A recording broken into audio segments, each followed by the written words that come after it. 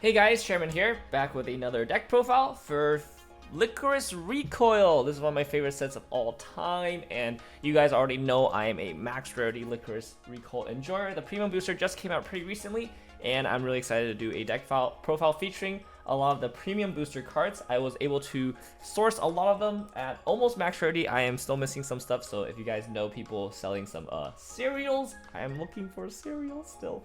Because oh my goodness, why did they give us cereals? Oh my. Okay, anyways, I've been testing this deck out. It's been really good. I gave it to a friend to play at Nationals. He also had a good time playing this, and I'm at a pretty good point with the deck where I feel like I can do a deck profile on it. Moving forward, I will not be waiting for like good results before doing deck profiles, just because I don't go to locals that much anymore compared to before. So the good news is that you'll just be seeing a lot more deck profiles from me. All right, so let's start with our level 0, as we always do in this deck, or in this channel. 4 copies of the level 0 Riki. This is the SP art. The normal art looks kind of cool, but she's holding like the red spider lily in this one. Looks amazing. Alright, so one effect, waiting room Riki. So on play, pay 1, clock from waiting room, search for level 1 or lower. You might be wondering, why are we playing 4? You look at the top right corner, that has a soul trigger. We are playing 4 soul triggers on costless characters. Broken. Honestly, you could cut 1 if you really need space. I kind of do need space, but like, oh man, cutting soul triggers from a deck that really wants to have soul triggers feels pretty bad to me. So, especially this is like 8 doors, so you really want your soul triggers. All right, next 3 copies of the JC Takina, still one of their best level 0 cards. We're down to 3 from 4 because we don't need it for the power condition for an early play anymore, because we have a better early play. So we can cut 1. Still our primary blue level. Also, we don't need blue at level 1 anymore because we're playing 8 door, so we can pretty safely cut 1. Still an amazing card. 4K on attack and well, JC effect. So pay 1, bounce another character. Really powerful for our level 0 game. Our level 0 game is still just as good as ever. Lycoris is pretty well known for having a outstanding level 0 game, and we're still doing it. Our level 0 game just got only better, so pretty freaking good. All right, especially with like a Riki, it's like really good. All right, next is 2 copies of the Mizuki Komei. So this is on death. You can look at up to 3 cards from the top of your deck. Add a climax. If you add a climax, discard a card. Really helpful in like 8 door, because you know we don't get climaxes that easily because our door trigger is just salvage. It kind of sucks that it's on death, but it's still better than nothing. Also gives us free mill. I was playing this at 3 earlier. I think 2 is fine. I didn't really need the 3rd one. Also a decent level for a red. Yeah, so 2, I think 2 is fine. We cut some to go up on higher counts of like the Rico. So this Rico +1 slow in center, and also just the Rico effect, I think is really good. I was playing at 1 and I was really missing it. I was like, oh, I really want Ricos, because again, access to all our really strong level 0s, gives us some talk deck information, helps us filter out cards in our hand, and also just swings for extra soul in the center. So I think she's really good. I like her at 2. Moving forward, I'll probably just keep her playing at 2. Alright, 2 copies of the Fuki. Not Fuki anymore, this is Takina, but it's a reprint of the Fuki, and you can only play 4 copies between her and the Fuki, even though they have different names. All the other reprints, you can actually play more than 4, because you can't, there's nothing stopping you. Although I wouldn't understand why you would play more than 4, but you could. And then, I mean, this card's insane. It's like one of the best cards like ever printed, I think. Like, just an unfair effect. When you direct, you can -1k power to a front row, and then you can center from stage to clock to top chick 4, add a Lycoris or weapon. Yeah, crazy card, crazy card, crazy card. So, yeah, really good, and I'm so glad we got a better art for it. She's got a beautiful ponytail. Looks super cute with that ponytail. Very happy. All right, 2 copies of the Kurumi Brainstorm. We're down from 3 because we got an extra Brainstorm to play with. That is the Chisato Brainstorm from the first set. This doesn't come foil. That's sad. It's super sad. We have a few cards that don't come foil in this deck. Makes me very sad every single time. Salvage Brainstorm Kurumi is still very important for our finishing turn. On climax placement, we get to look at the top 2 cards of our opponent's deck, rearrange them in any order. Really important. If we see a climax, we leave it on top, we mill it off. If we don't see a climax, we attack with the Takina for easy confirmed damage, and then we start milling the heck out of the rest of the deck with the Chisatos. If you don't understand what I'm talking about, check my first video on this deck profile. That hasn't changed. But we don't need 3 anymore, because our main mid-game Brainstorm is actually going to be this Chisato. So this Chisato, I think, is really strong. And one of the reasons why we play 8 door, because we get to use the Chisato. So top check 3 brainstorm, always a really strong brainstorm if your climax combos or your climax triggers do not help you get climaxes, right? So if you're playing pants, top check 3 brainstorm is not that high value. If you're playing bar, top check 3 brainstorm is not that high value. But if you're playing door and choice and standby, top check 3 brainstorm, fantastic. I really like top check 3 brainstorm. And then her first effect is whenever we trigger a door, our opponent has to mill 4 cards. Now sometimes this can bite you in the ass, right? Sometimes you trigger a door and they mill 4 clean and you're just like, why am I playing this card? But sometimes you trigger a door, they mill 2 climaxes and they just lose the game on the spot, and it's all random. It's all random. So you gotta take the good luck, you gotta accept the bad luck. You understand sometimes this will lose you the game. You understand sometimes this will win you the game from an unlosable situation. But the most important thing is this mills their deck when they don't want to. Because most people are not playing with the game assuming that their deck is going to randomly lose 4 cards out of everybody's control. The fact that nobody can control this, the fact that it's random, means that your opponent has no way to prepare for this, and therefore it has a higher chance of screwing them over from what they expect their deck size or their deck state or their game plan is supposed to be, right? It adds randomness, it adds unpredictability, and it forces your opponent to play around situations that they're not prepared for, which is really important. And also on final turn, since we're attacking 5 times, we have 5 chances to trigger a door, and it mills through their deck, so it gets them closer to a refresh. On final turn, that is closer to 1 guaranteed uncancelable damage. I think this card is important, really important. At level 3, my board is like this combo, and I'm just there to have a good time. We're randomly milling 1 and 4s everywhere for fun. So, all right, next we're gonna go for our utility zeros, 1 of each. Majima, Mizuki, Climax Swap, Anti-Burn 4, and Trait Wipe. So these are pretty cuttable. Also, these are like kind of exchangeable. You can play other utility here. These are all basically my tech options. Majima is great for mill. Mizuki is great for mill. Also, Mizuki plus Fuki just kind of single-handedly wins some board states that are like unwinnable otherwise. You like pop a 0, that's like 1k or less power, and then you direct pop the other ones, and then your opponent just cries. Really strong. And then we're playing the Takina Climax Swap as opposed to the Mizuki one from the trial deck, which is the same effect except Mizuki swaps with Weight Room, Takina swaps with deck.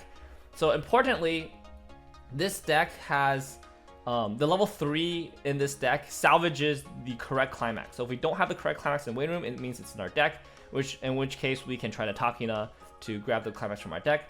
Otherwise, I think deck swap climax swaps are slightly better than Weight Room ones, because on a fresh deck, your Weight Room is not set up, but you have all your climaxes in your deck, and then it's like this is better. If your playstyle with a deck is that you want to brainstorm first and then try to climax swap, then the other climax swap will be better. It's kind of personal preference, and you have to change your playstyle to fit whatever climax swap you're using. But in general, I think in this deck specifically, I like the deck swap one. All right, and then Anti-Burn 4, again, single-handedly will win some matchups.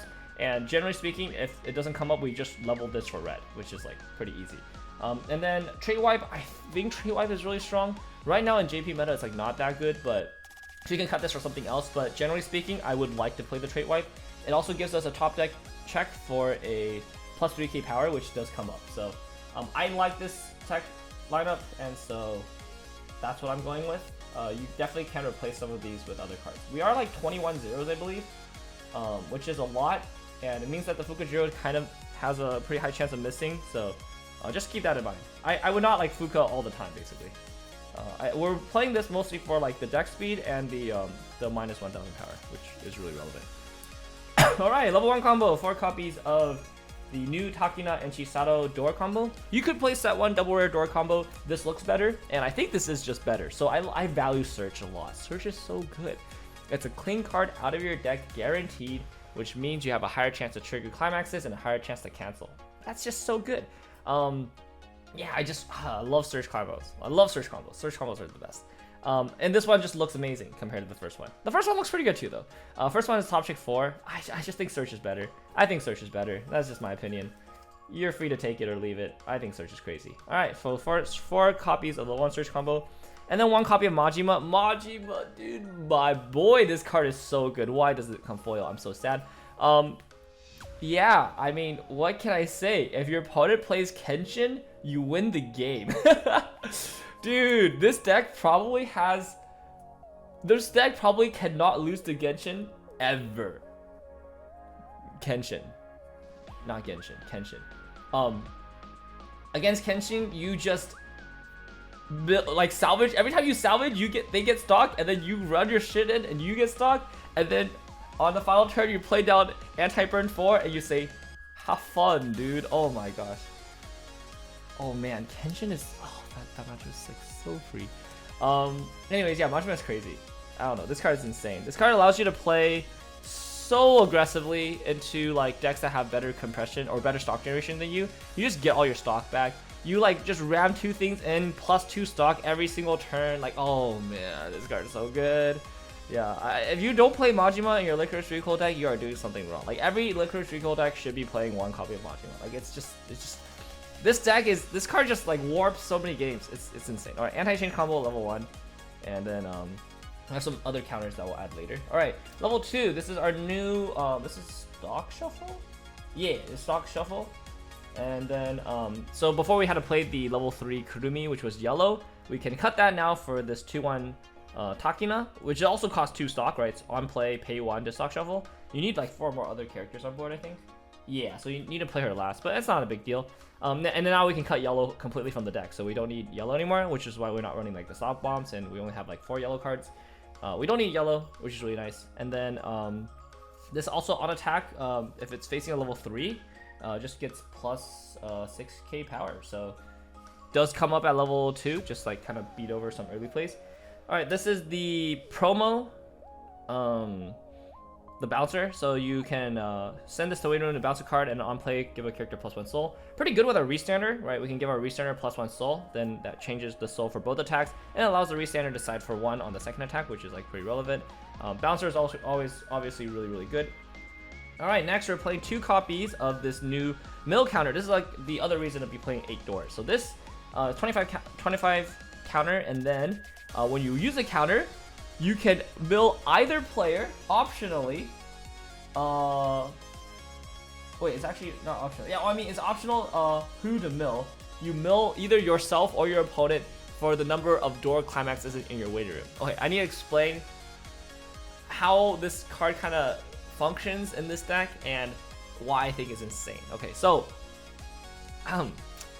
if you have no doors in your waiting room, it means your doors are either in your stock, in which case you effed up, in your hand, in which case you're good to go because next turn you're gonna be playing a door, or it means they're all in your deck, which means that you're gonna cancel, right? So if you have no doors in your waiting room, you don't need to use this counter. You don't need to mill. You don't need to mill yourself. You're fine, okay?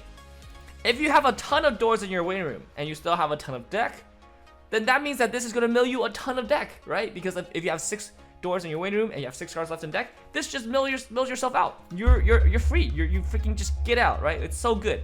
So the mill yourself part always scales well with your climaxes in your waiting room, right? So defensively, this card is always online. If you have a lot of climaxes in your waiting room, you're gonna get a really good value of it. If you don't have a lot of climaxes in your waiting room, you don't need to use the defensive mill, right? It's good. You're being chilling.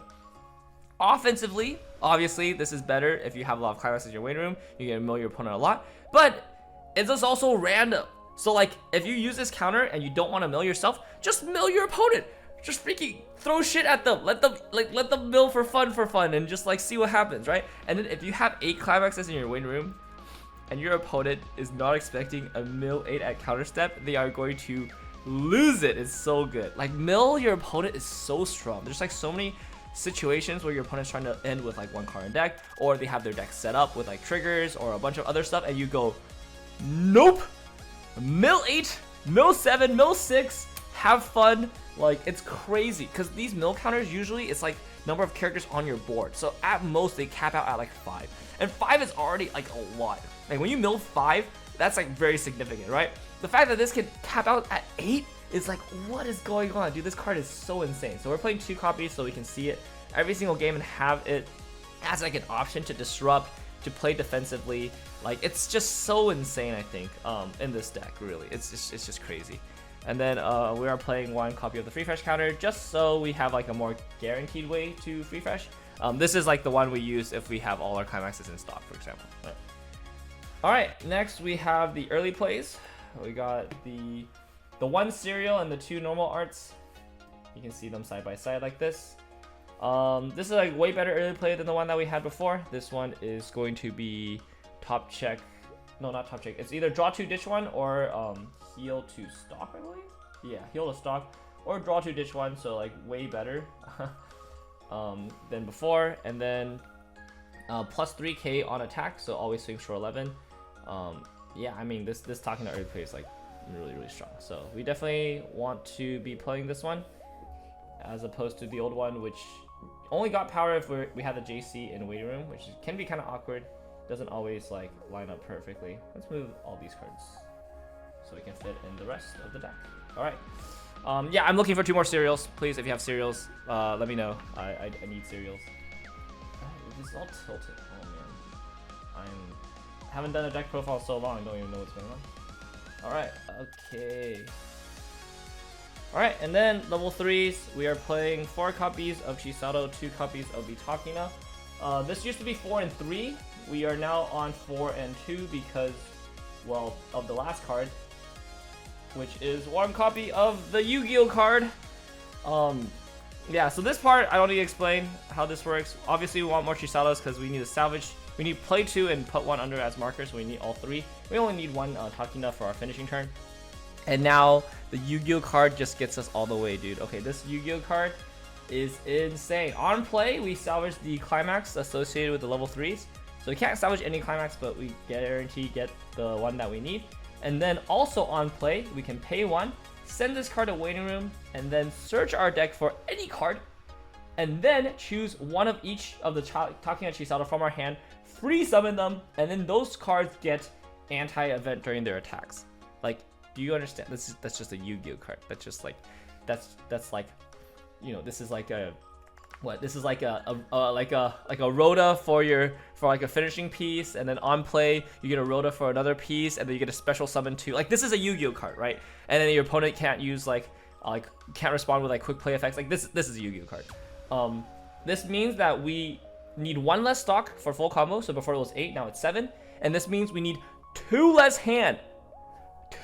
Two less hand for finishing combo. Before we only needed 5 cards in hand after clocking. Now we only need 3 cards in hand after clocking. 3. Think about it.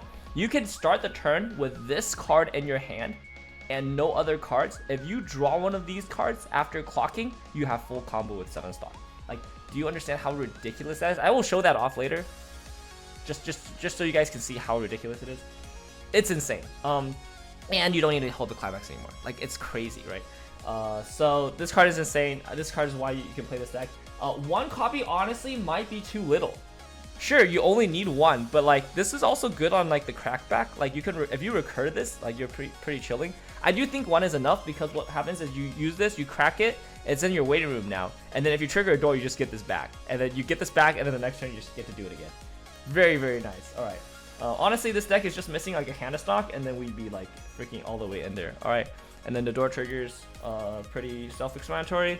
We got the level 1 door, and then the 1, 2, 3, 4 level 3 doors with all of the arts, all 1 of each. Okay, all right, so take a really good look. This is the full deck, and I'm gonna pack this up, and we are going to demonstrate just how insane the new level 3 combo can really be.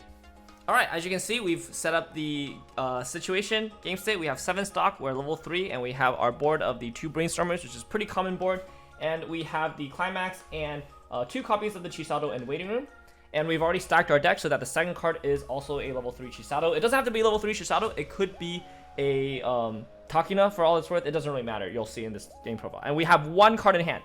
You see this? 1 card in hand. This golden card. Obviously, when you play this deck, you just basically hold this death grip this card until level 3. It's like 1 card in hand. Watch the magic. Okay, so we draw for a turn, right? We draw. Oh, that's not a card we want. We're gonna clock that card. Draw 2. Boom.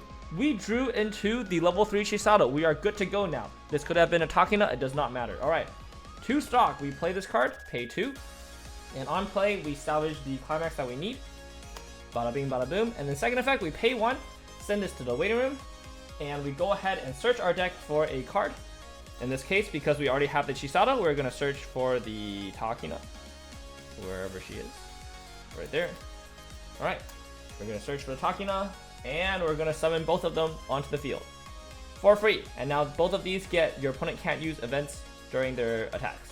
So no like rest counter, money counter events, whatever.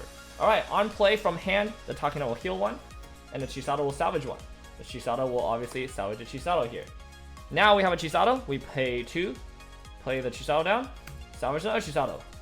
Bam! And now we are double Chisato, single Takina, with the Chisato to marker, and 2 stock. If you guys know how this deck works, 2 stock is all you need at the start of a turn, because we go Climax, marker, and now we have the full combo. Sure, we have 1 discard, but guess what? We have 4 triggers to trigger a door. And if we trigger a door in the next 4 cards, we get the second discard and we're good to go. Like, do you understand? Like, we have full combo here. Full combo with 1 card. We got this all. We got all of this for 1 card.